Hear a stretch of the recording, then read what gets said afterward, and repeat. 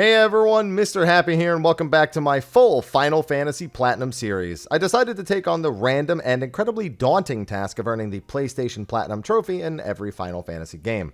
This is an achievement awarded in most PlayStation games for completing every possible trophy in a game's base launch. In my first video, I discussed the first 6 of the Final Fantasy titles, taking care of the NES and SNES era remastered games. In this video, we will be talking about the PlayStation trophies for the OG PlayStation era of Final Fantasy. Well, some of them. Originally, this video was going to feature Final Fantasy VII, VIII, and IX, as they all belong to the PlayStation 1 era. Realistically, this wouldn't be a trend I could keep up for much longer, as once we get to Final Fantasy X, pretty much every game needs its own dedicated video.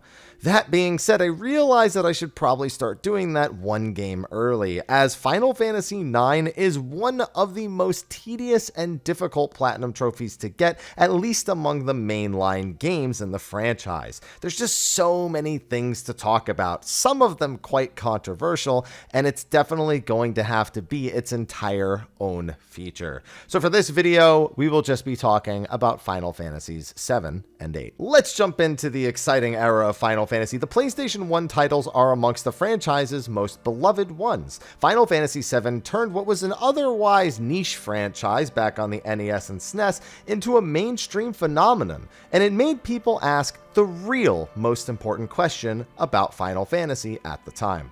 What the f*** happened to 4, 5, and 6? But what I really should have been wondering, little did I know, what the f*** happened to 2, 3, and 5? Final Fantasy VIII and IX were then tasked with following that up and have built huge fan followings of their own. This and leading into the early PlayStation 2 days are often considered the franchise's golden era, especially when you consider some of the other titles that were released around this time. Yes, we are still waiting on that Tactics remaster, and yes, if they do it, it's getting platinumed. So first up is Final Fantasy VII. Now keep in mind we are only talking about the OG in this video. Remake and Rebirth have to be handled separately. Trust me, those need the time investment to be their own video. Heck, Rebirth really needs the time investment to be its own video. Fortunately for us, Final Fantasy VII is actually a much tamer platinum than the team could have gone for. That's saying something given that some of the trophies it does have can seem a little rough on the surface. Before even talking about the trophies, we need to talk about the cheats. Final Fantasy VII on PlayStation 4 does come with a number of built-in boosts that you can utilize. Increasing the game speed by 3 times helps move through this tremendously fast, and will be crucial to maintaining sanity for one achievement in particular.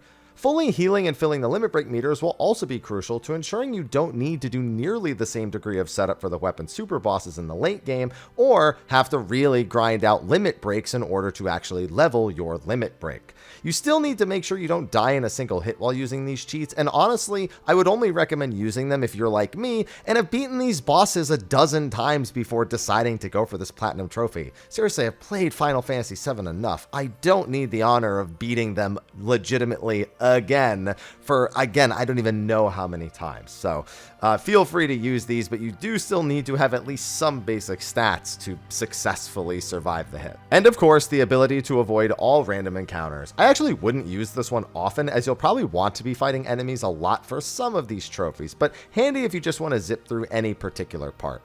Now, many of these trophies are absolute freebies, as has come to be expected in the modern era of achievement hunting. Win a battle, which, you're gonna get immediately. Use a limit break. Use summon materia. Raise a materia to level 5. Trust me, you're gonna be getting that one no problem with one of the other trophies we have to do.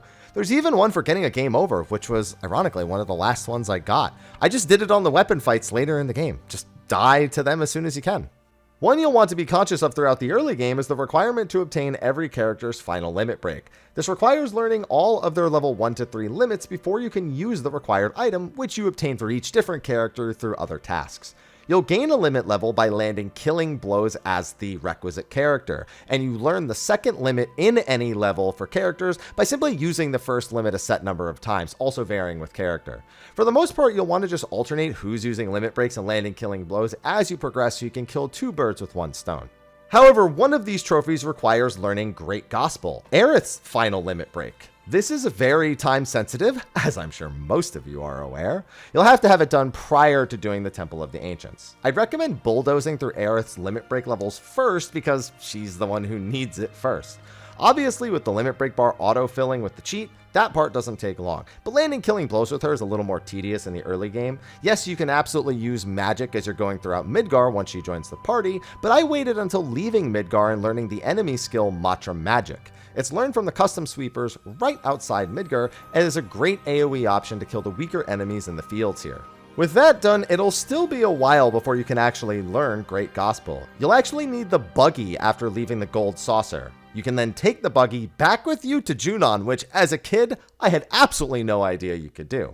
Once you're back in the Junon area, travel north with the buggy through one of the little water waiting areas to get to a cave with a sleeping man. You'll need to speak with him when the last two numbers of your total battles are the same. So like 11, 22, 33, etc, etc. He'll tell you how many you have, and it doesn't take long to just get at most 11 more, or I guess 10 more, since if you need 11 more, you'd already have it. This then makes him give you the mithril item. Now, Great Gospel's on hold for a little while until you obtain the Tiny Bronco. With that, you'll have to go to a random cabin that's not too far from Gangage. You might have seen it as you were progressing throughout the game, but it would have been empty the first time you could have possibly visited it. Once you have the Tiny Bronco, though, there will be a man inside who you can give the mithril to. Then he gives you two options, a smaller box or a bigger box. You are going to want to open the smaller box of the two he offers, and that will give you the manual for Great Gospel. Now, as long as she has all of her other limit breaks, yippee, you're done. However, that's not the only early game trophy that could be a potential nightmare. Realistically, Great Gospel's not that hard, you just have to know how to get it. The more important one is receiving Barrett as your date for the second Gold Saucer section of the game. This requires an incredibly specific set of dialogue options to receive, and so I recommend finding a guide and doing every step exactly as it's detailed. Make plenty of saves in case you forget or make a mistake, and then reload if you miss one.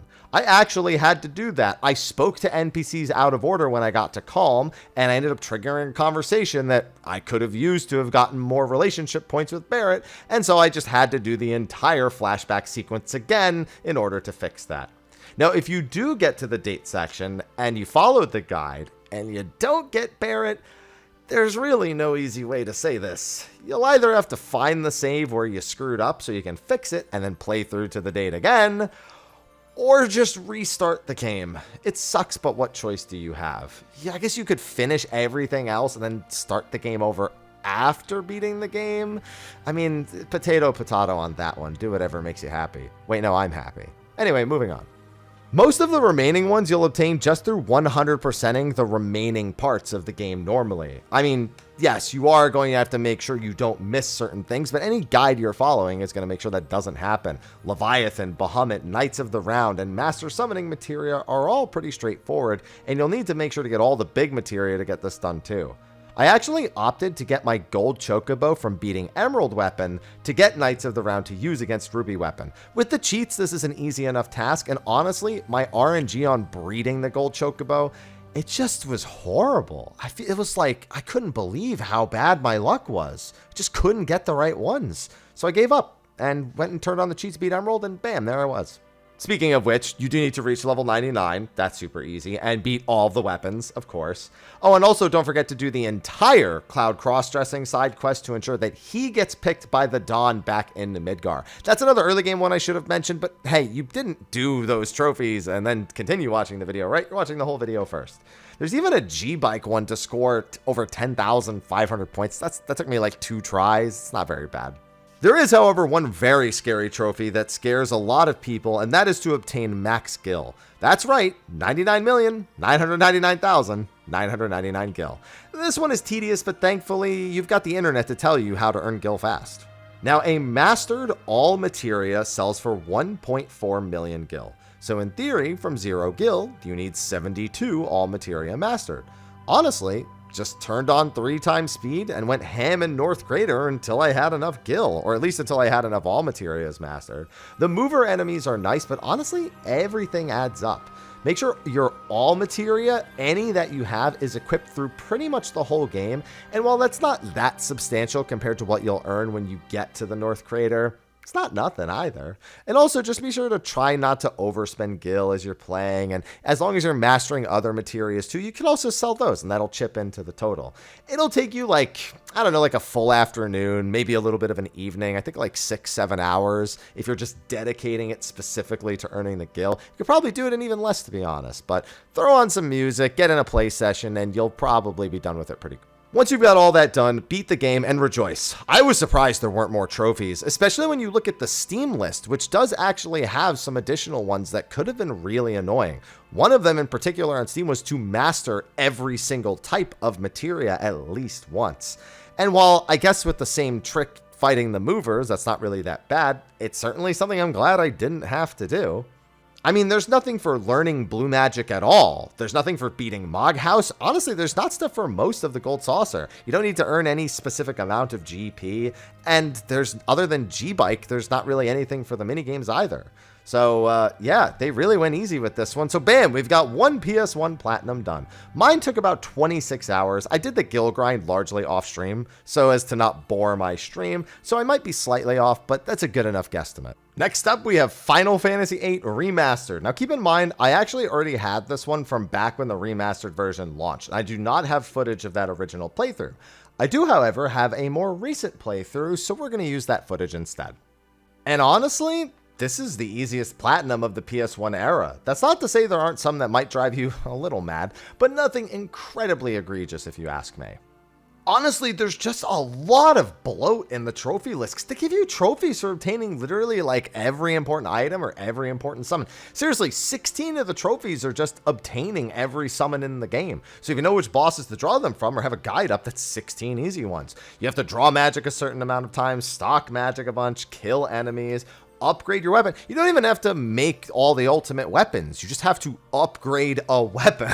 Like they really aren't like making you do a whole lot. Yeah, you got to catch a chocobo too, but it's all direct and simply by the numbers. However, many of you are no doubt aware that Final Fantasy VIII as a whole is not the most normal game to progress. While characters do level like in most Final Fantasies, enemy levels, spells, and even drops are determined by the average of your party level within a small range.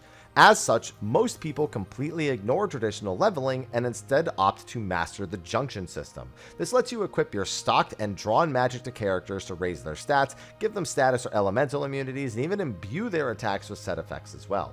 It's very versatile and handy, but also incredibly abusable since you can raise your stats to as if you were level 100, heck, even beyond that, without raising the enemy level average at all, thus rendering almost the entire game joke status. So most people will want to just avoid random encounters unless they are drawing magic or teaching skills to Guardian Forces. There are some things that you can do with leveling Guardian Forces, skills you can learn, but they're largely just not necessary for this game.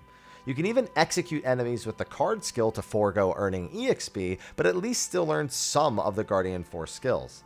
As such, it's fortunate that Final Fantasy VIII Remastered also has boosts, one of which is, you guessed it, no encounters. You can actually earn this in-game with the Diablo summon, but this nullifies needing to go out of your way to learn it, so it saves time farming.